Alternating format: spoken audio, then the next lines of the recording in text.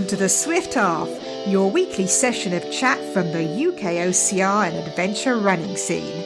Each week, pub landlord Alan and our favourite regular Ian discuss races, runners and anything else that comes to mind. So pull up a pew, pour yourself a drink and join us for the Swift Half. You're listening to the 132nd most popular podcast for people who participate in online competitive tiddlywinks. Ian, my friend, welcome back from your jolly holidays. How are you? Hola. Buenos dias. So you've been taught Spain while you're over there? No, that's all I know. Gracias, which is thank you. But yeah, thankfully, the people in Madrid are very, very good at speaking English. In fact, even better than me and you, Alan. That's not hard. We're from up north, mate. We don't speak English. That's true. Actually, before we get into it, I need to tell you a little story. We had some help. We had to move rooms. That's not the story. We had to move rooms because there was an air conditioning fault. But the young lad who was helping us, do we call them bellboys still? I can't remember what we call them. Bellboys, porters, yeah, something like that, aren't they? Porter. But the young lad who was helping us to move was telling me that he'd actually been to England twice, staying with a lovely English family to learn English, which I forget they do things like this. These exchange programs. Yeah. He said he was in Turkey. So he went to Turkey to live with some English people so he could speak English. Well, it was Turkey in the southwest. We pronounce it Torquay. Oh,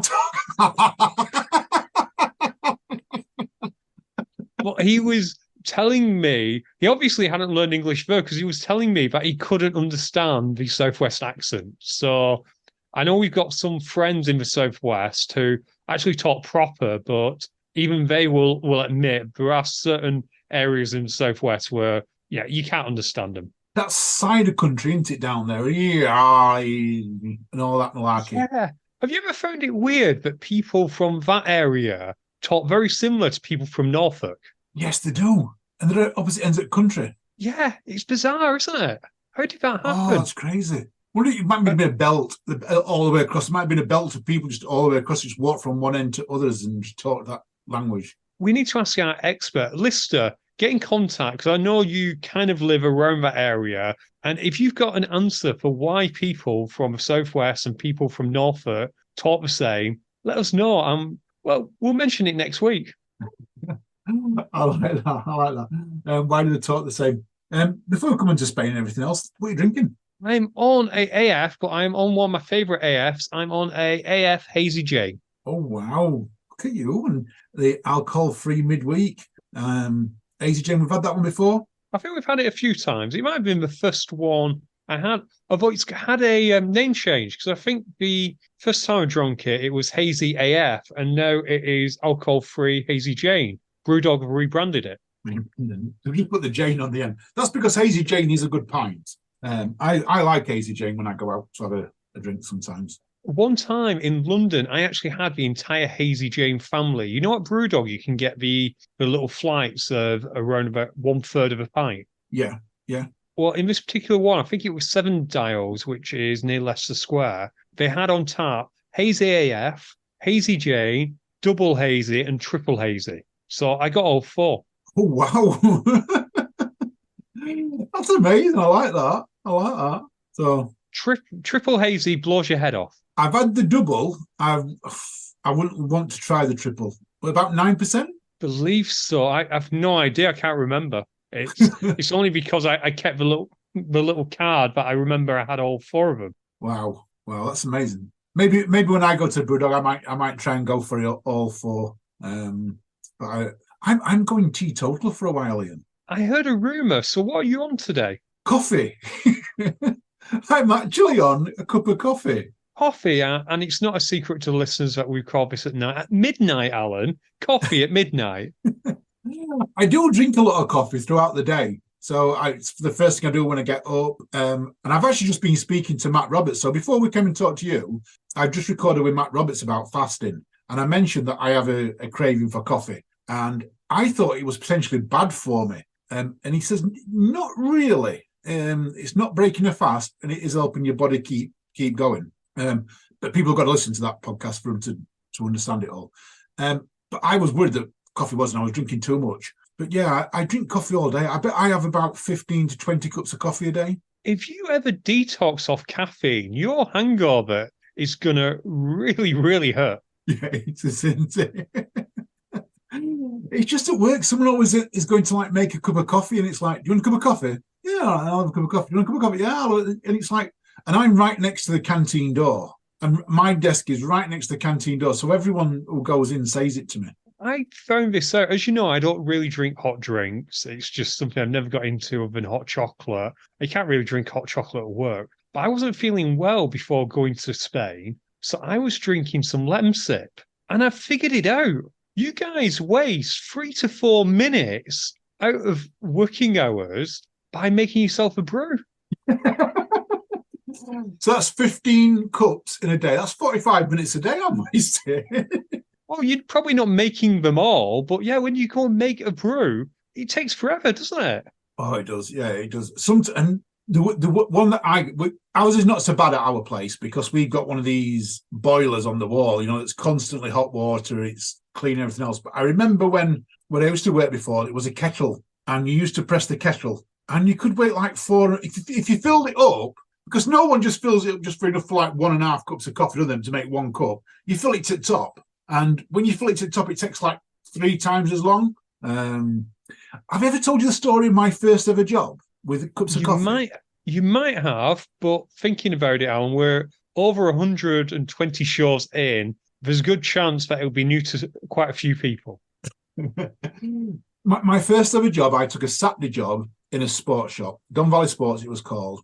And my first job was to go and make everyone a cup of coffee. There were 15 staff. So you had this list, and on the list was so-and-so had tea with so many sugars, coffee, blah, blah, blah, blah, blah, and everything else. And my old man said to me, bless his soul, because he's passed away now, but he said to me, he says, whenever they ask you to make a cup of coffee, don't make a good one. He says, because the moment you make a good one, you'll be making coffee all your life. So I got up there, and I remember some of the names. So one of them was Chris, and he had coffee, little bit of milk, and 1 sugar. And his cup, they all had special cups as well, and it had they got marker pens on. So we actually got like a cup of coffee with a lot of milk and 3 sugars. And then someone had got a tea with like no milk and half a sugar. Well, they got a tea with no milk, but they got 3 sugars in. Someone who wanted 3 sugars got half a sugar in. So everyone complained about their teas. I was asked to go and make once again, I was asked that afternoon, to go and make it again. So I did exactly the same, got them all wrong again. I was never asked to make a cup of tea after that.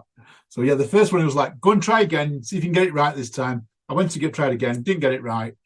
Never asked to make a cup of coffee or tea again. Did you not worry about if you think you were a little bit stupid because of the fact, I'm not trying to be offensive here, but the fact that you couldn't read simple instructions of how hard is it to count sugar? Well, I said I have read instructions. I said, I've read instructions. I said, I've followed them, half a sugar for you, full sugar for you. I denied everything. I was just like, no, I've followed instructions. Or like the tea, I made the tea really like strong as well. When the people asked it, they just said, oh yeah, just like a wheat tea. Oh, it was super strong. And I'm like, well, that's how my mum likes it. Oh, God. But I have heard that advice. So I do know we have younger listeners. So it is good advice that if you're bad at making brews, it's a good way to avoid being asked to make brews. Although then, Alan, just think what we were just chatting about. You missed out the opportunity of like 10 minutes break just waiting for a kettle to boil. Oh, yeah. See, that part I never thought about. So my old man were wrong. He wanted me to work and not to make cups of coffee. The worst part about it was when you made it, and this was me, was you got it on a tray. So there was a big tray, and the canteen was upstairs. So the sports shop was on 3 floors, but the canteen was on a completely different floor. So you had to go down the steps from the canteen with your tray, yeah, and then go to the ground floor, and then you had to walk up with the rest of the cups to the 2nd floor to that member of staff, and then to the 3rd floor. So it was like, I'm not the best anyway at carrying cups of tea on trays. There was more tea and coffee on the tray than there probably was in the cups by the end of it as well. So yeah, weren't a treat. So have we decided, is it good to make bad coffee to avoid being asked, Or is it good to make good coffee to get your break? Or are we just not sure? We're not sure. I think it depends on what type of person you are. If you're a worker, don't make coffee bad. If you're a shirker, then go make lots of coffee for everybody. Perfect. There we go. Advice you can live with. Right, shall we get to some OCR? Should we go OCR or should we talk about my 100 mile at the weekend or lack of 100 miles? Yeah, let's talk about your lack of 100 miles. Ian, I'm gutted, yeah, in one way, but I'm also ecstatic in another. So, I've trained for this. I went out, we did lots of training runs, but the race itself, got up early in the morning. I was up at 4:00, in the car for 4:30 at the venue. Race was, you had a 15-minute window to register, which was good, which wasn't bad. There wasn't that many people. There was only 50 people to register. Everyone registered. We all lined up on the start line. We got a safety brief and away we went. First thing, the course was supposed to be marked. Yeah, it was I paid £170 for this 100 miler. I paid extra than most people because it was supposed to be 100% marked. We got lost in 100 meters. We came out. Got lost in 100 meters? Yes. And I don't mean just me. I'm on about everyone. We all came out of this road and he'd said to us at the brief, when you hit the road, you're all going to turn right. What it meant was we ran up a lane and there was a road. And what we should have done was, instead of turning right there, we should have continued up that road till we got to the T-junction and turned right. So everyone got up this little lane and then instantly turned right when they hit the road. What would you do? There was no signage telling us to go left. People have got navigation on. The fast runners were 100 meters down the road before someone started realizing, so yeah, purely back. And that didn't end there. It ended quite a lot of times. Jamie, who completed the 100 miles, yeah, he followed the route that they marked. He got lost several times. He actually completed 106.5 miles. You shouldn't get lost on a routed mark. This is not a Spartan. This is like, this is a proper 100-mile race. You don't want to get lost in a 100-mile race. No, you absolutely do not. And am I right in thinking I saw that our friends at Bog Commander said you ended up on their land at one point? Yeah, well, they actually went through Bog Commander route. So in the second half of it went through part of Bog Commander's land. But what had happened, which was even worse, that because we'd had the rain over the weekend, all the rain had gone down to the bottom. Now, everyone knows who's been to Bog Commander, knows how wet, how boggy it is, how muddy it is down there. Jamie was down there. There was some sheep. The farmer was earning some sheep up. Jamie was actually helping them. He was knee deep in a bog at one point.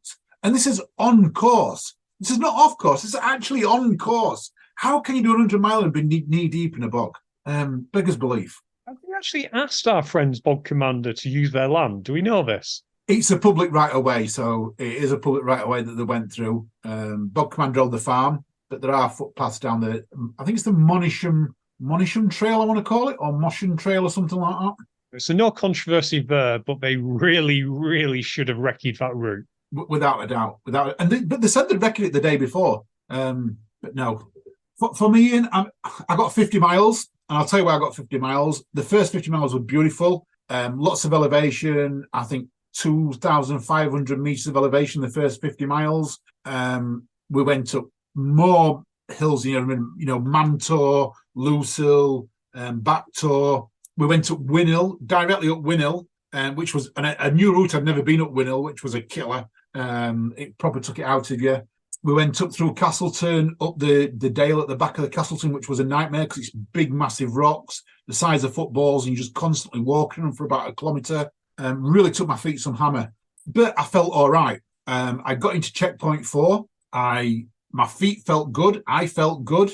We were on good time. There were no worries at all. We get into checkpoint 4, and because every other checkpoint, I'd proper put lube on my feet. I'd proper put lots of lube on my feet, lathered them up in it. Because my feet were all right, I skimped a little bit. on the lube, and when we got to 47 miles into it, I got 2 massive blisters, and I mean huge blisters. And they weren't just normal friction blisters. We're talking blood blisters. They were black. And yeah, I couldn't walk because some of the ground was like little pebbles. And every time I stood on a pebble, because it was on the ball of my foot, I was just in agony. So at 50 miles, which was the halfway point, which was back to base camp, I called it a day. So yeah, good to don't get my 100 miles. And I refused the 50 badge. They offered me a 50 medal. I refused it. I was like, no, I came through 100. I didn't do 100. I've DNF. That's it. End of story.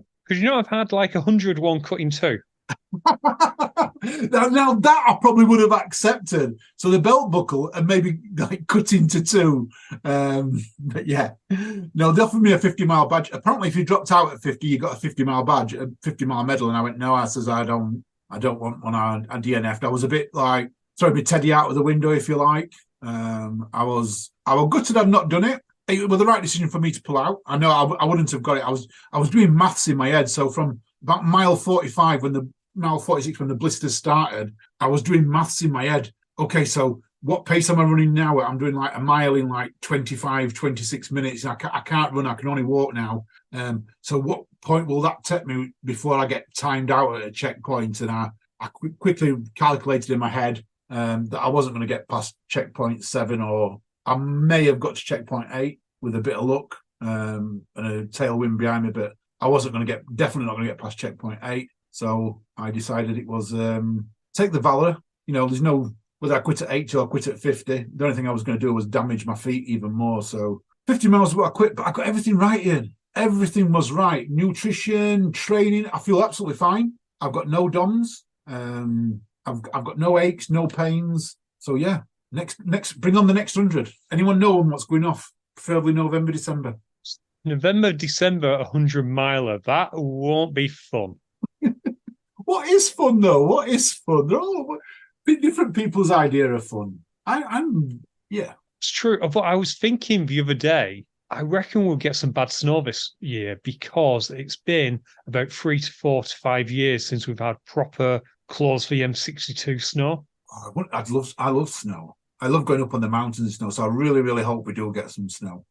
Yeah. It might be a really bad prediction, listener, so don't hold me to it. But I was just thinking the last couple of winters have been really mild, and we usually have a few mild winters, and then suddenly it starts snowing, and it snows hard, particularly around here. I know the listeners in London probably won't see it, but we will up in these parts, and we have to fight the Yetis and that kind of thing. I think 100 miles on snow might be good for my feet, although my feet would get wet, wouldn't they? So you don't want wet because wet is what causes blisters as well. I'd be more worried about the compacted stuff. When it gets really, ice. Yeah, that's the stuff that's the snow I don't like.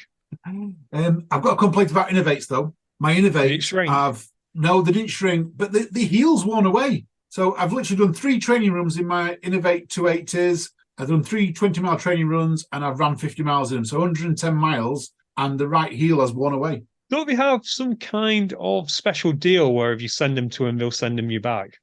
Well, I have emailed. I thought I bought them from Innovate themselves, but I don't think I have because I've emailed them and told them, and they said we can't find an order for you. So I must have bought them maybe from Sports Shoes, I want to say, or maybe Pete Bland's. I'm not sure which. Well, just check your receipts. Oh, wait a minute. No, you have hundreds of shoe receipts.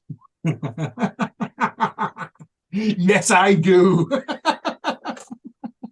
I should buy all the same shoes and I can just keep on returning the same shoes. So they do say that 2 pairs of trainers are better for you than several pairs. Sorry, not several pairs, than 1 pair, and you just rotate them and they don't wear out as quickly. They last twice as long. I've heard this is the joke, isn't it? That I've heard that if you buy 2 pairs, they last twice as long as 1 pair. It's not a joke. It's quite kind of genuine that they'll last longer. They won't last twice as long. They'll just last, I don't know, maybe 3 times as long. Sounds like an experiment for you, Alan. Yeah, I'll do that. But while I was running, I want to fetch in Augustus glue. I was getting messages galore about Tough Mudder Yorkshire. So I was on Saturday, my phone was pinging constantly while I was running. Didn't look at it until I'd finished. And then I was catching up on Saturday night and everything else. But then we have Augustus Gloop over in Yorkshire. We did. Can we first say that by all accounts, as we understand it, Tough Mudder Yorkshire was a great event. It was a fantastic event. Your guest, B, did fantastic on Sunday. Big shout out to B and to Michelle Carney and all them. But it's like that sign, isn't it? 0 days since the last incident. It is, isn't it? We I've were got a doing so first-hand well. report. Yeah, We I've were got a doing so first-hand well. report. Would you like Well, to hear my first-hand report? yeah, do you want to explain to the listener though what happened before we go into the report? Good call. Good call. Augustus Gloop, in its usual spot. I think it's been in the same spot before, I've been told. I believe so, yeah. Not quite at the top of the hill, but getting up there. Yeah. And basically, it blew over. I mean, it fell over, tilted, fell over, blew over, whatever you want to talk about. It ended up as a pile of steel in the water. Simple as. It was one of them accidents. Now, there were people on it as well. And the report I've got for us, Ian, is actually from someone who stood off the bottom rung. So he went up it, and he'd gone all the way up Augustus Globe. He was coming down the side. He stood off the bottom rung as it tilted. So it was his fault. So it was his fault because he took his weight off it, is what I'm going to say. Absolutely. If he just stayed there wouldn't have been. Just kidding, listener. Whoever you are, just kidding, of course. But right, what's the first-time report then? So I will read it verbatim. I'm not going to do anything to this, and it is factual. And this is factual, so this is not opinions. I was on my second lap of the 15k Infinity, and I was approaching Augustus Gloop approximately 11:30 a.m. The obstacle was fairly empty, with about 4 or 5 people waiting to get into the water to begin climbing up, while 2 other people had already made their ascent up the obstacle. I made my way through the water, entered one of the pipes to climb up, got to the top, and then proceeded down the exit ladder. I made my descent as if I were walking down a flight of stairs, and when I was just about to step off the ground onto the ground, I felt the bottom scaffolding pipe begin to move under my feet. This is when I turned around to see the whole of the obstacle topple forward into the water. Close call, that. At this time, there had been a large crowd of people in the obstacle, with a few already clambering through to rescue people stuck inside the obstacle. I spoke with a volunteer that was based on the ground to check that an urgent radio call had been made. They explained that the radio for the obstacle had also gone into the water, and the radio was with the volunteer that was based at the top of the platform. However, by this moment, a huge crowd had formed by other runners approaching, and within a minute, 3 medical ATVs had made their way from Funky Monkey, which can be seen in the distance, along with one of the water safety team. They carried out a full sweep of the obstacle and confirmed it was empty of any casualties at that point. He did see one person with an injury at the top, and where he tried to help people out and pointed the medical team in that direction. With not much more that he could do, he carried on with his race. He has then put, comparing this from my experience last year, Augustus Gloop was in the same place on the course. The only difference is between the tarpaulin that was at the back of the obstacle. So instead of a ladders, they had put tarpaulin. And this year, the wind was much more ferocious than last year. And by his next lap, as he got up there, the whole route had been closed down and had gone straight to Funky Monkey. So a big thank you for that. I like it how it's straight, it's factual. There's no opinions in that. What's your thoughts? It's really difficult because it's not something you expect. Because in your mind, you think something like that is so heavy that it's impossible to shift. But we forget it's not really dug down. It is a tower, which is possibly being held up by pins. It's probably pinned to the ground. We know that Yorkshire can get windy. It has in the past.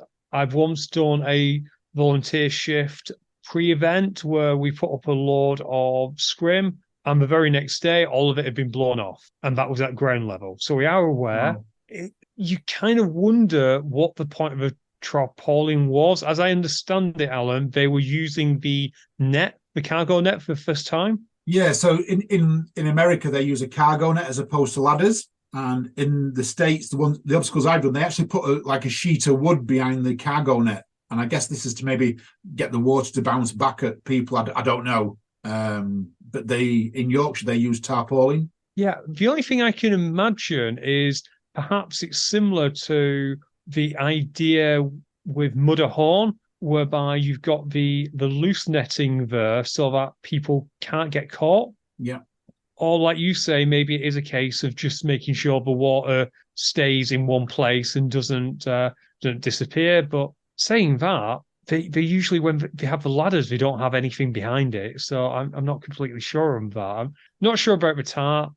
It's very easy to be critical with the benefit of hindsight. Yeah, and we're not going to be critical here. I mean, end of the day, Tough Mudder have not made a statement yet. They've made a statement that they're going to investigate it and they will come back. There are rumours going around that people were injured. From what we've just heard there was one person who was potentially injured. The medical team went to him, but we don't know what state that injury is. And we're not here to speculate on that.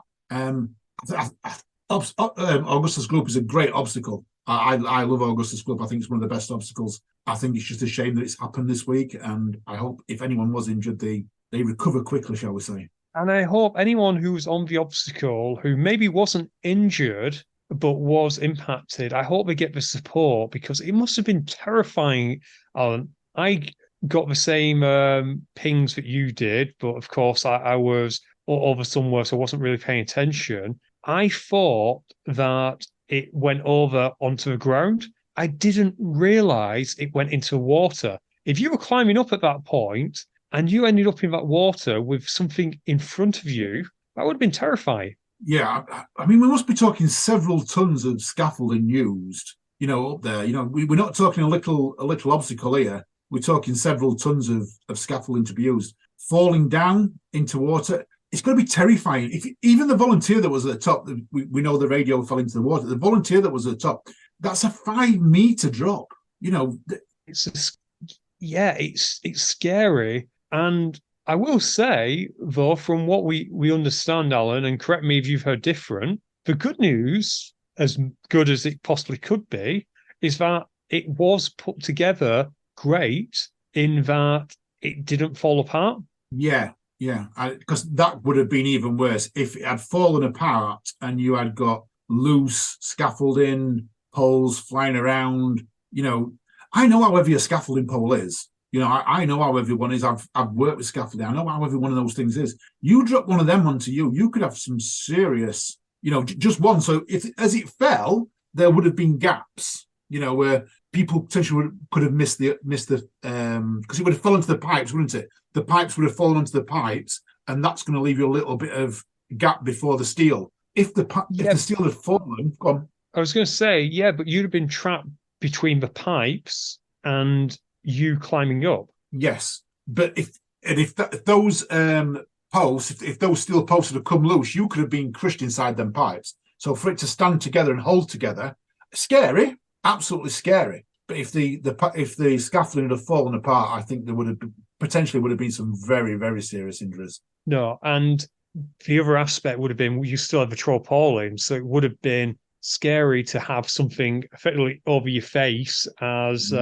in the water. But I guess not to dwell on it too much. I just hope that whoever was impacted, the volunteers, the runners, I really hope they get the support they deserve. I hope they don't see it as winning the lottery, because when things like this happen, my job is within the law. I hate these no win, no fee type things. I hope there's not a feeding frenzy. As we've noticed, Alan, there's not been that much coverage of it. I don't think it's made the mainstream media at all, which is perhaps a blessing somewhat. Yeah, I haven't seen it on any mainstream thing, which and even the local papers like the Yorkshire Post, they've not covered it. So, all we can imagine is because Tough Mudder, and fair play to all of the medical staff who were there within minutes. Well, a minute, as we just heard. Well done to them for making a heads-up decision of seeing that happen,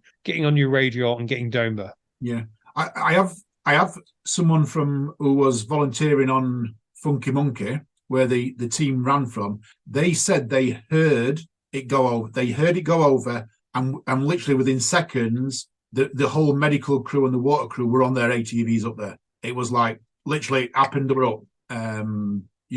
So great on them. There was no like, oh my God, shall we go up? Shan't we go up? They instantly made that decision that people needed help. Like, I like that. It's like firemen running into fires, isn't it? They've got a job to do, but sometimes they're not always there to do that job because, they might never ever do it. These guys might never ever had an incident in hundreds and hundreds of events they've ever gone to, but then the moment there is one, they're straight into action. And it's once again justification for a slightly higher ticket cost to pay for professionals to keep you safe. Yeah, it's a lot. You quickly mentioned B Wood there. Big shout out to her. If anyone doesn't know, there's a podcast coming out. B Wood is she's an adaptive athlete, as I'm going to call it. She likes. I explained to her. I spoke to her and said, "Can we use the word adaptive athlete?" So, adaptive athlete. She was in a wheelchair. She went round Tough Mudder with Team Tick and some ambassadors. Now we know this. I know this is to be a first. They managed to get her over Mudderhorn. No one ever has ever gone over Mudderhorn who can't walk. But B Wood managed it. What an amazing effort. 20 people taking her over there. 15 minutes of helping her up and then getting over to the top, and bear in mind, B's got her life in these people's hands, over the top and down the other side. Absolutely crazy. It's just unbelievable. And well done to Team Tick and everyone that I do love those kind of stories. And Tough Mudder, more than any other mud run, seems to have these kind of stories. People just gravitate to it because it's not a race, because you can do this kind of thing. Definitely. So I'm recording with her. So Ian, some of our patrons know that we recorded one half of a podcast with her a few weeks ago before she did Tough Mudder. And then I'm recording with her this week as well for the other half of what happened there. So Monday, that's going to be our podcast on Monday. I can't wait to listen to the second half, Alan. It's absolutely amazing. Shall we tell people a little bit? So a little bit about B. She has Tourette's, and we don't edit anything out, guys. So it's an amazing podcast. She is an absolute pleasure to speak with. So yeah, you want to tune into Monday's podcast without a doubt. Absolutely. But warning in advance, as Alan's just mentioned, there may be some adult language. So put the children to bed or send them off to watch Phineas and Ferb. Exactly. So while I was doing my stuff and Augustus Gloop was coming over, you was over at Decker. I was. And we were talking about snow. There was no snow in Spain, Alan. None was any rain in Spain? No rain. I could have really done with some rain. It was like 30 degrees, and that was when it was cold. Oh, wow. Tell me more about Decker. What was Decker like in Spain? No, first of all, tell me about Spain. Where did you stop? Was you stopping in a good hotel? We stopped in a IHG hotel, which I think is part of the Holiday Inn group. Nice hotel. We stayed on Gran Via. We didn't realize this, but Gran Via is like the Broadway of Spain. We just found a cheap hotel, but we stayed at Gran Via. It was such a nice place. I was a bit worried going for a whole week in like capital city, thinking won't be enough to do, but there's plenty, Alan. Wow. And what did you get up to? I know you went for a meal with our good friend Emma at one point, didn't you? We did go for tapas with Emma and Maddie at one point. We also went and saw the big posh house of the King of Spain, so their version of Buckingham Palace, which was really nice. They have a zoo, which we bobbed into, a couple of theme parks and a water park. And obviously we went to Decker. And trifecta? Did our intern, Jen, get a trifecta? The intern got a trifecta. The intern had a siesta halfway through the day, but yeah, she got her trifecta. So was this on Saturday? So she was doing 2 events on Saturday and 1 on the Sunday, was it? All 3 on Saturday, but the Decker Fit was early in the morning. So you had that. Then you had the Decker Cut, which we'll come to in a minute. Then you have the teams event, and then you have the mile and the strong. So I think, in memory serves, she did her Decker Fit at like 8:30, 8:40, give or take. And she wasn't scheduled then to do a Decker mile until 6 p.m. So she had plenty of time to get back to the hotel and have a siesta. Wow. I would love that. In the middle of an event, going back and having a siesta. When in Spain. As the Spanish do.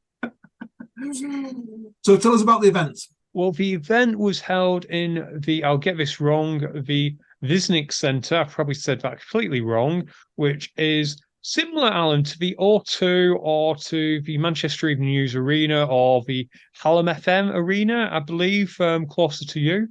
Yeah. So it was a 20,000 seater venue. And what they did was they just opened up stands as they needed it. So they started with 2 stands and they gradually filled that and kept moving. And it was a great event. Angel and the team treated us and treated everyone really well. They gave us floor access, Alan, which was always nice. Brilliant. We like that. We like that.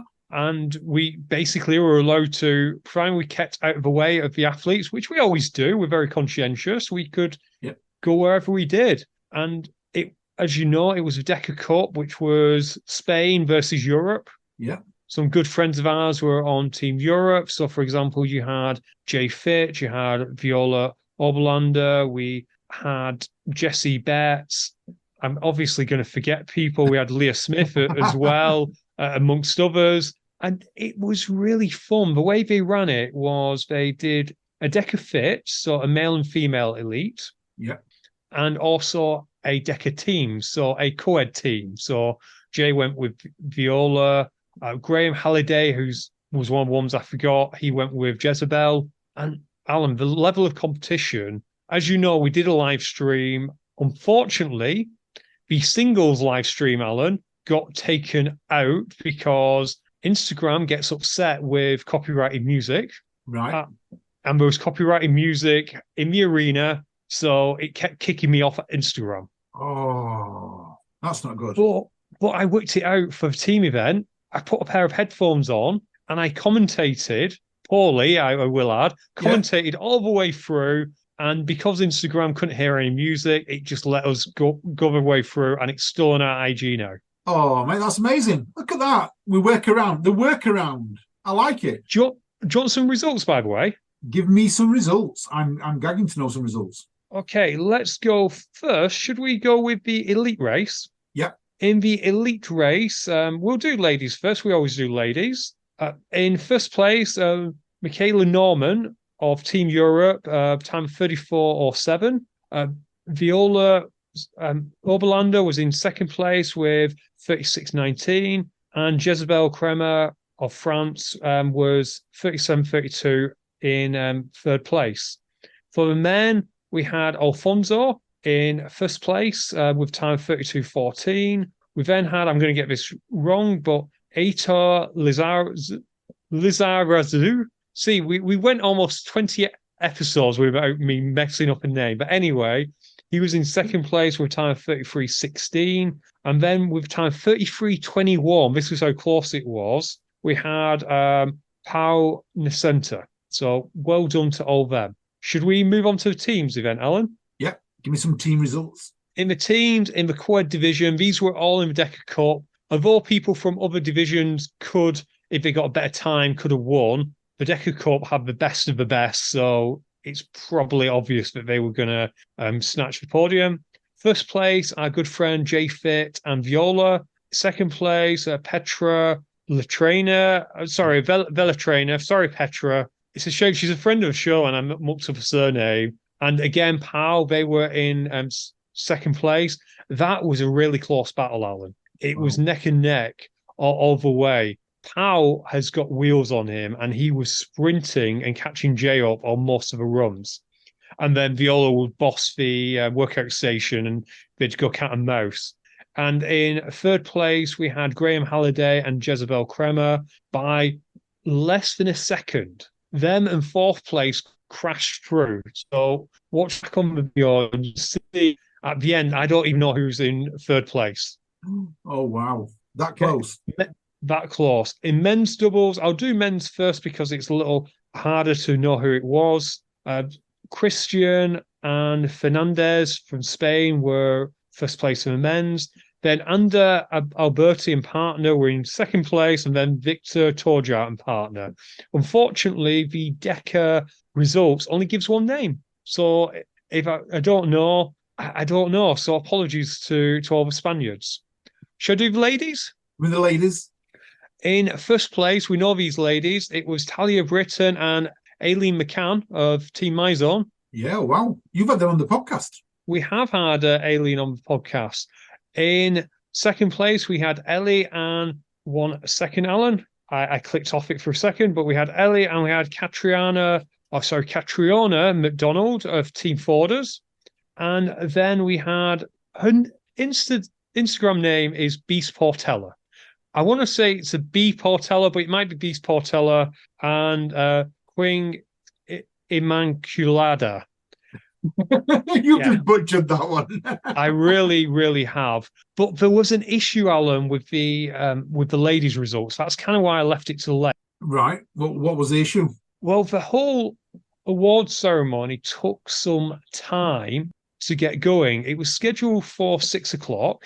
Yeah. And unfortunately, things were on Spanish time, so it kept drifting and drifting, and it eventually got to 7 o'clock. And there were still some female athletes on the course, and you could probably guess where this is going. Yeah. I'm thinking now there's good athletes. Well, good athletes, but they did go to a timing chip center, and they kind of did a calculation of what we sometimes do at High Rocks of, if you've not hit here by this time, there's no way they'll beat these times. Oh, right, yeah. Oh. Yeah, unfortunately, there was still two good teams, we've just named them in second and third place, who were out on the course, and they did beat the time. So they didn't really get a podium because by the time they'd finished, the podiums had come and gone. And was there money involved in this? I don't believe so, not for teams. Because that could have been a huge mistake there. 100%. There was, Alan, mini rams. So those mini rams had gone to, fourth and fifth place now. But fair play to Decker. They were very, very apologetic, and they've said they will sort out the people who didn't get the rams, and they'll get their rewards. So you can't really fault it. Sometimes mistakes happen, and Decker was under pressure because by this time the mixed teams had been finished for maybe 2-3 hours, which is a long time to wait for your award ceremony. Yeah. That's always the thing, isn't it, with award ceremonies? You've got to time them at a certain time, and that's why I guess sometimes you have the best runners go out first in any race. You want them at their first, so that you're not going to expect anyone who's going to come in later to beat them. It's always tough with that. And I mean, High Rocks usually get it right. I haven't seen many on High Rocks where it's had to change. So maybe Decker just need to have a little look at how High Rocks do it and get the people out early doors who they've got a chance of winning. Yeah, I think it just came down to an unfortunate situation where they misread the timing marks. And to be fair, I think the timing marks were taking time to update, if that makes any sense, Alan, because the intern mentioned that they did have a board up like we do at High Rocks, but she couldn't really rely on it. So she just had to ignore it. So maybe that came into it. But overall, that was one blemish on an absolute cracking weekend. So if anyone fancies some winter sun, Decker Spain have two more events. They have, in September, they have Barcelona. In November, they have Tenerife. There's still cheap flights through Ryanair, so definitely look it up. If you can't quite make it to Spain, then definitely look up some of the English gym events. If you won't quite be the spectacle, but Clitheroe's putting one on at the end of this month. And we know that Forders Gym is also an affiliate, and there's quite a few other affiliates. So hopefully we'll see more events soon. Oh, I like it. Alan, while I'm in results mode, Nuclear Fit was this weekend. Can I quickly go through the Nuclear Fit results and then read out a review of it? Definitely. We like to share nuclear news. Yes, fire away with your nuclear results. So Nuclear Fit, in first place, Sam Pretty. In second place, Chloe Hammond, who's a name we keep coming across recently. And in third place, I'll zoom in because I'll probably get this wrong, Danny Murray-Kovic. I believe that's how you pronounce it. If not, I'm very sorry, Danny. In the men's, we had Kieran Parkinson in first place. In second, Alex Young. And in third place, Sam Blunt. Wow, that's good. I think James Burton took it on as well, if I remember rightly. I don't know where he came, but I think he took his first one on, didn't he? I believe he did. He actually tagged UKHXR in story. And of course, his timing was poor because I was in Spain, so I couldn't really share anything. But James, if you've got any Nuclear Fit stuff, feel free to send over. Should we go team female? Yep, team female. We had in first place, I don't know the names of the individuals, so it's just team name. We had Farm My Zone Moms. It's handwritten, so I hope that was right. In second place, we had Trailblazers. And in third place, we had Chickbox Chicks. Chickbox, I like that. In the male team, in first place, Alan, you like this team name because we've had it before. Caffeine and K's. Oh, yes, got that one. Yeah.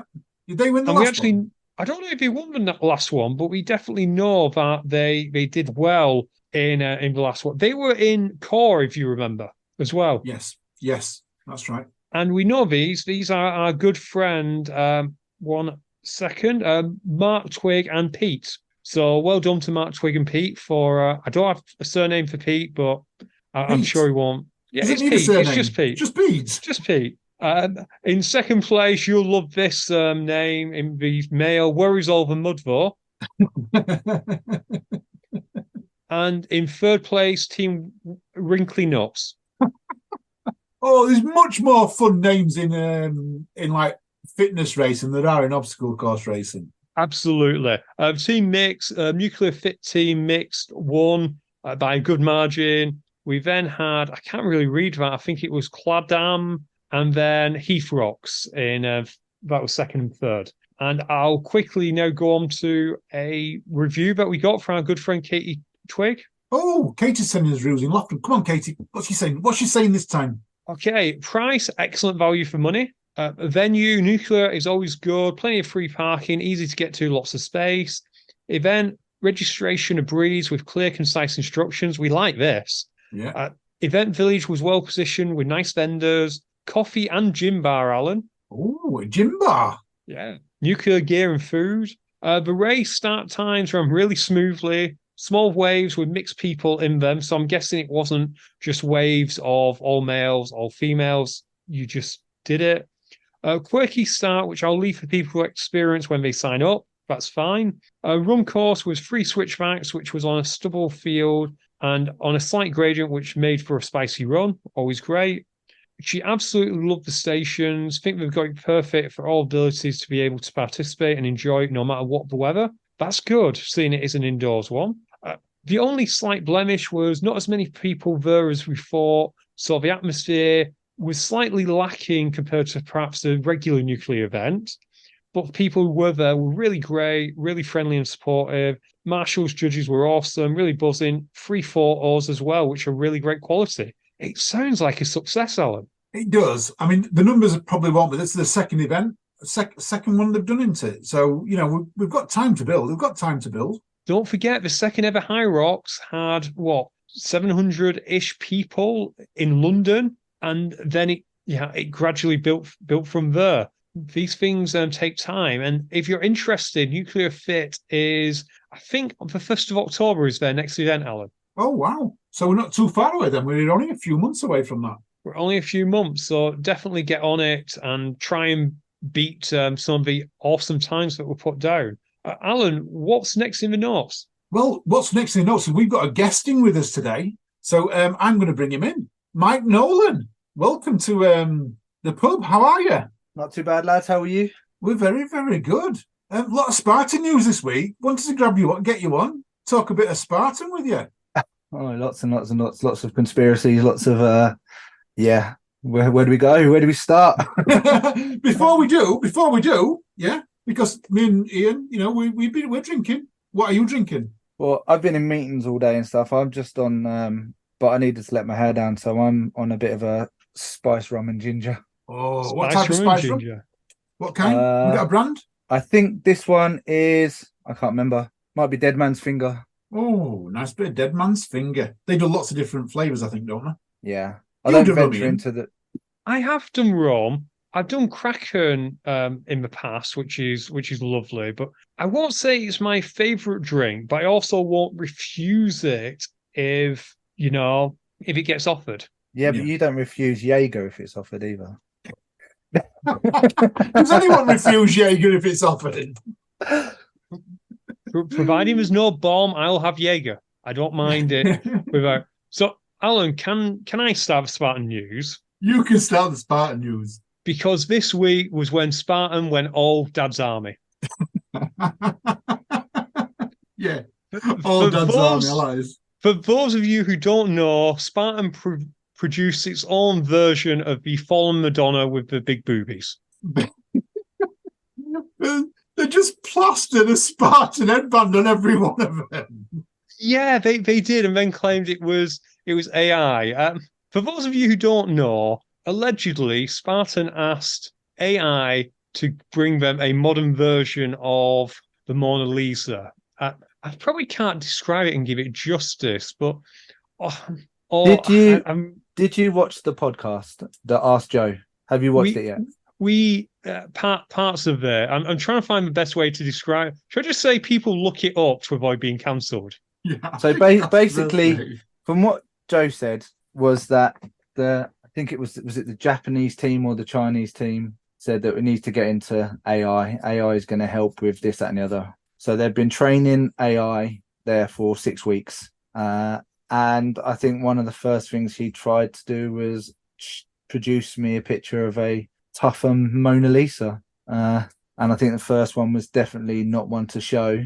And by all of accounts, the third, fourth, and fifth one also shouldn't have been shown. I don't get this AI stuff. So maybe it's me, but artificial intelligence is only as good as the people that program it. Am I right in saying that? Because you've got to have a programmer to program it. So why don't they just take Canva and just make their own? Yeah, exactly. It's what everyone's saying. To get the full gist of it, you really should go to YouTube and watch the video on the OCR report. But yeah, there was a lot of debate on there, and I think it's probably best kept there.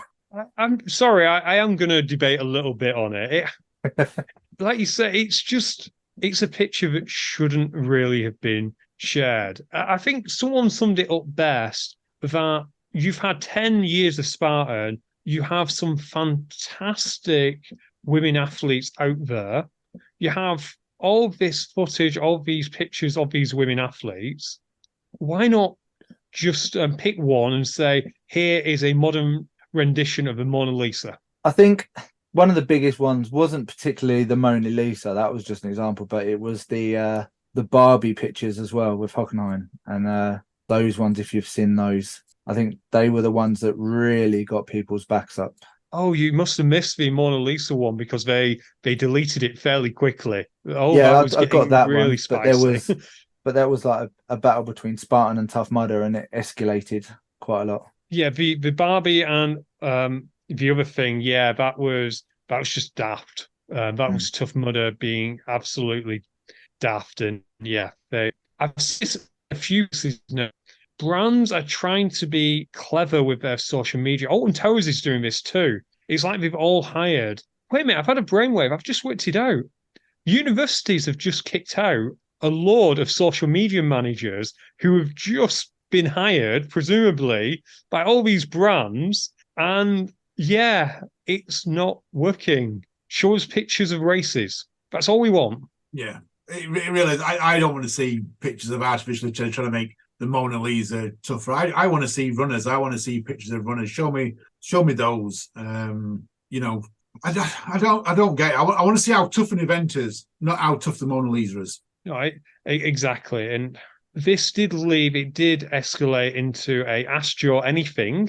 And can we talk a little bit about, I've not watched the whole thing. Can we talk a little bit about his answer when asked about a muddy Spartan course? Mike, do you want to take this? Can't remember, to be honest. I haven't seen it. So this is new to me. Well, Graham shared it with us today, so you might not have watched it. I got the opportunity to watch it earlier on. Bless Graham, Graham Wells, for clipping this particular bit. So he got asked about Midlands and how muddy it was, and he gave a Joe answer. He basically said sorry in a roundabout way, but then went the way of deflecting. So he said sorry and then said, yeah, we're still working on that, but it's an absolute miracle that our team is still going because COVID should have finished us off and all these free tickets should have finished us off. And yeah, it's great and we'll get better. And it was like, yeah, he had no clue.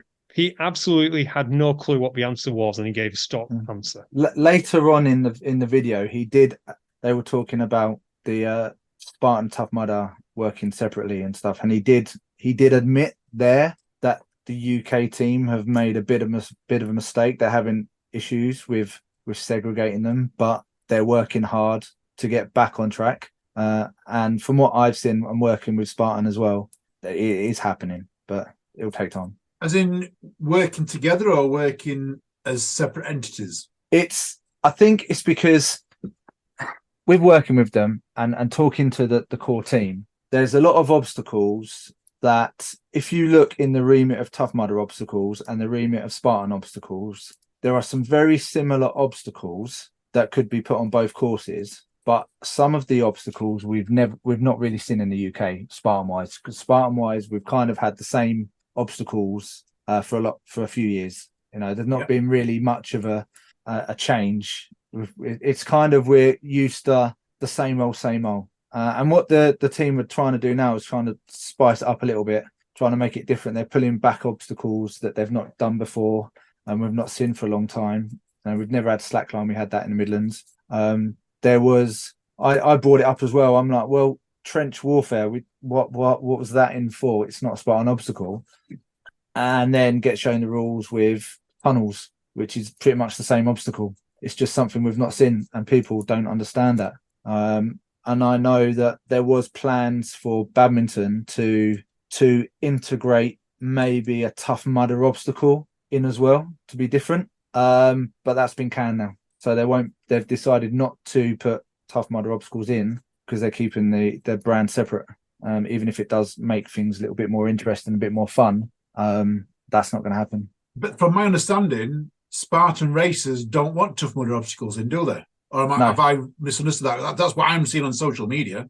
Yeah, definitely. So they thought they were trying to make it a bit more interesting, a bit more fun, something different. But they're listening. They're listening to a lot of from Midlands. So much has been listened to, and so much information has been handed over. And when I've spoken to Karen from Spartan and a lot of stuff as well, they understand that there was mistakes made at Midlands. Some of the obstacles that shouldn't have really been in there, they won't happen again.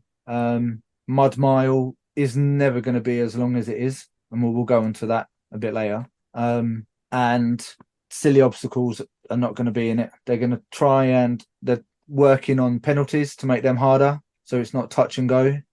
I've just come off another meeting with the Spartan refs to make sure that the rules are implemented correctly, because a lot of athletes are just trying to get away with so much at the moment that I am getting messages every other day saying, why did this person get away with that? Why did this happen? Why did that happen? I think I've seen some of these things. You're talking about the obstacles here. I think you dropped me the message actually, Mike, or someone did, about the new penalties and things like that. The carries are going to be carries. It's not going to be a straight up. It's a 50-meter run and a 50-meter back. An out and back of 50-meter where people can just touch the obstacle and do it. They're going to make them carries. They're going to make them different to just a straight up run. It's going to test other muscles in your body. Am I right in saying that? Yeah. So ever from the start, as soon as we moved over to penalty loops, I'm like, we need to do something more than just penalty loops. No, they put on the subscribed penalty loops, which were put down by HQ Spartan, which was the 200-meter or 100-meter with elevation, and it didn't work. It turned it into a runner's course. What I wanted was penalties that were going to challenge the athlete in the way the obstacle was going to do. I was going to make sure that it's not an easy option. Not Midlands, South, West, I think, or one of them was it came off the spear throw, I think. And then if they failed it, they did a bucket carry up a hill and down, which led straight onto the bucket carry. It worked on that event because we had a lot of volunteers, but they tried it at Midlands and we didn't have any mini, and it was just a disaster. So we've learned from that as well. Water obstacles, you can't just touch and go round. You have to go through the water. So ape hanger, amazing that we can use the dugouts that they use for Tough Mudder. It's no charge for Spartan because it's on the Tough Mudder remit, and we can just jump into using that. But it means that the touch and go for that, there is no touch and go for ape hanger. You have to, if you're going to skip it, you've got to go through the water, through the length of it, and then do a penalty as well. And then do a penalty, yeah. Right. Okay. Yep. And what's the penalty going to be? Is it going to be a run, or is it going to be a carry, or what's the penalty going to be after that? Because I'm not sure. That might be a 200 because they've already had to swim through. Right. Yeah. So it's still a disadvantage to that. Some of the quick obstacles may be just runs. So if it's deemed to be quite a fast obstacle, then it might just be a run. But if it's like a rig or something, it'll be a bit more spicy. Right. Carry a net or something like that. Have they looked at so when I did ETM this year, there was one obstacle there. You didn't want to do electroshock therapy at ETM. There was a 200-meter drag. No, it was about an 80-meter drag. It was about an 80-meter drag of a massive like mat. The mats that they have laying around all the time. Is that not like a possibility to do? Look at things like that as well as a carry or something where they're physically they've got to do something. Yeah, so we've got the carries as well, and I've also like tried to push to get, like, we used to have like breeze blocks that we used to have, drag those around. We got the chains, anything that's low cost, because the problem with a lot of the stuff, they have to order it in from HQ and then it comes from China. We just need something that we can go down to a wholesale builder's merchant and just grab a whole load of blocks or something that will improve the experience of the athlete and not have just a run. Yeah, I get that. If you can hear my dog, by the way, guys, I do apologise. Wilson's decided he wants to join in the podcast out there. I like the penalties. I've got to admit, I think the penalties are going to be good. I spoke to Libby this weekend. She was over in Hungary. They had burpees back. Are we going to see that back in the UK? Not that I know, but everyone knows Joe wants burpees back. It's not a secret. I think in the right place they'll be good. But we'll just see, won't we? Just try. Yeah. Well, burpees are out. We just need to do the best we can and improve the penalty situation as best we can without ruining the experience of the race. Libby raved about the race. I would say Libby raved about the race. She said for her it was absolutely perfect. The penalties were right. There might have been one, maybe two burpees when I spoke to her. I can't remember what she said, but she said the marshals and the technical officials that were doing the burpees, they got it right. They made sure they were all done right and everything else. So I don't know how big the event was, and I don't know if it was just elites who were properly marshalled, but she raved about it in terms of she felt they got it all right. So she knew when she was going to come to a rig that if she failed that rig, she was going to be not only the time for her to do the penalty, but it was just going to be just as bad on her arms and her body as actually trying the rig. Yeah. So she was giving it extra thought on the rig, really giving that extra little bit of thought. And I think that showed because she did quite well in it as well. She was mid-table in the elite race. So, and I think she had 100% completion. So it goes to show that it works, doesn't it, sometimes? Yeah, definitely. And I think with this weekend, with badminton coming up, we can show that we're moving forward in everything that we're doing. We've got the referees now. I've just trained up, I think, 12 British Obstacle Sports technical officials with the Spartan module. So we go through every obstacle and how to do the weekend. So the level of referees and the standard of referees is increasing. We want to now increase the race, so the whole package is better. I'm liking it, Mike. I think it needs to be done. I think Spartan need to step it up. I've said this for a couple of years now, and with you there sorting out the referee and the penalties, do you have? Well, I say you sorting it out. How much say on a percentage do you have to push the penalties forward? 50, 60, 40, 30? Well, they were happy with runs, and now we've got carries and everything because I keep going on about it weekly. So they're listening. They're listening as much as we can move forward with what we have available. Because obviously there's no budget. Pretty much, we're everything I'm doing with the refs is pretty much outside of Spartan. So it's pretty much doing that on my own time. And getting it's more advising really on where we'd like to see the penalties and what they're doing. So I'm going down on Saturday to walk the course and check the penalties out for myself to see how it's going to be, because I'd rather do that than just hear about what's happening because I haven't seen it. So it'll be a good opportunity to get out. It's not going to be a long course. Say that, it's a beast. But badminton's flat. It may be a long course, but it probably won't feel like it's going to beat you. It's going to be fast. It's really going to be fast. And they took my advice because I had a little wobble because we've got the beast wave, and with the timings, there was an hour between the last open wave beast and the first wave European Championship race going off.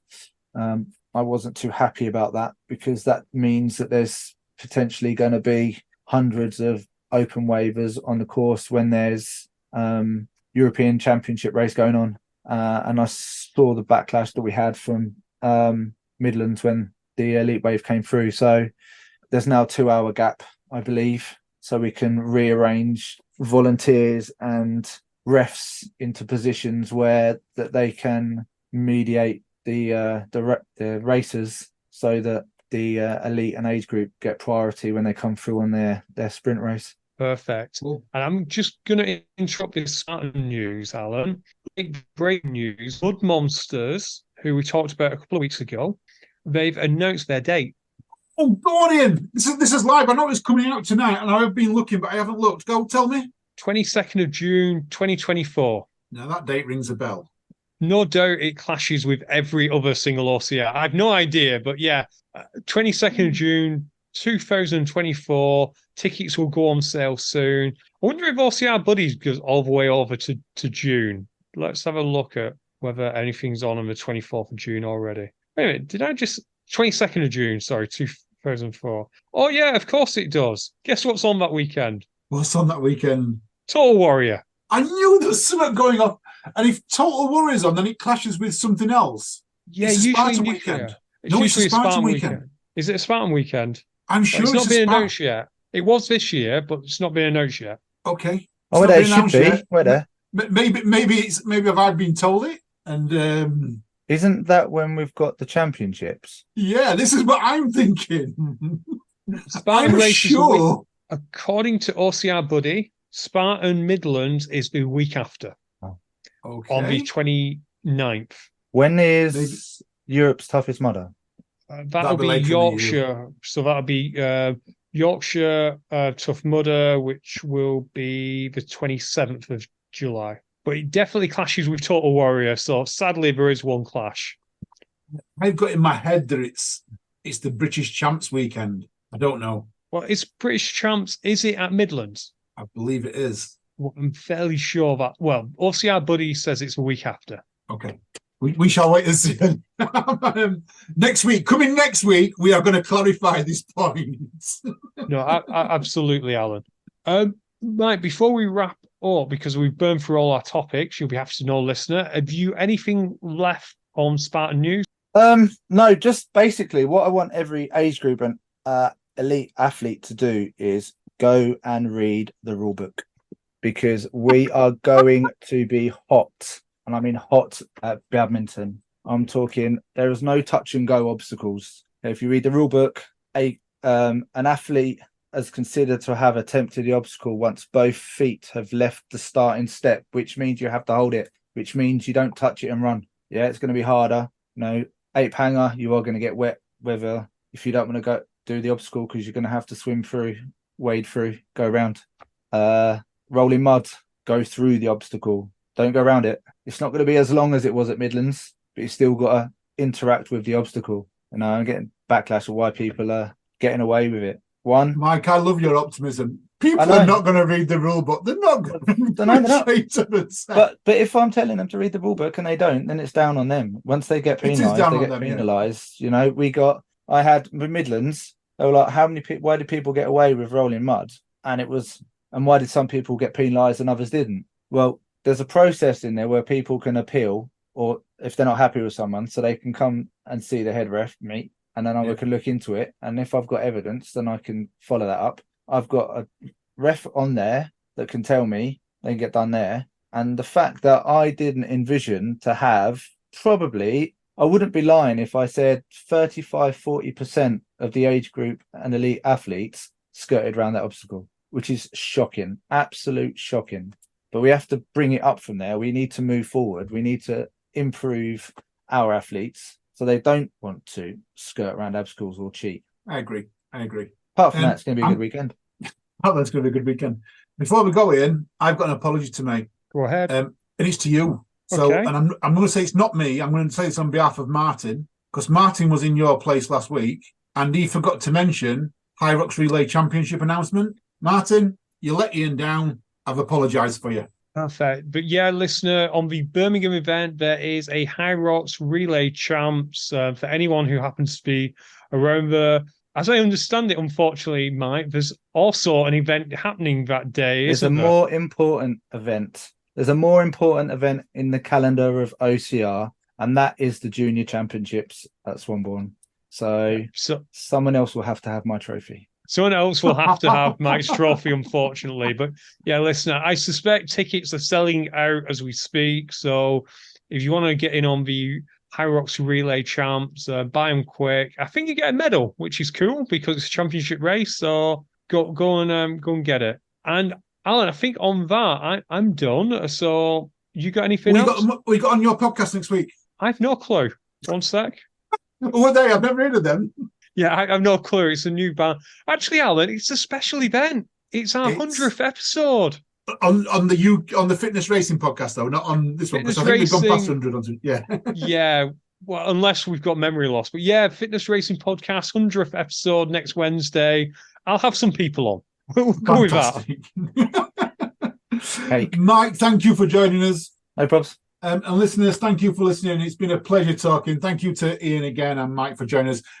You stay safe. You train hard. We'll speak to you soon. Whoa. I'm gone for 1 week. I forgot how it goes. We're going to do this properly. Go on then. Okay. Let's do it properly, Ian. We're not going to edit this out, you know. This is going to be a genuine mistake. Blooper time. Will Chung's going to be well happy with this now. Okay. It's a goodbye from me. It's a goodbye from me. And thank you to our listeners for listening. It's a goodbye from me. You take care. You stay safe. We'll speak to you soon. Love you all. Bye.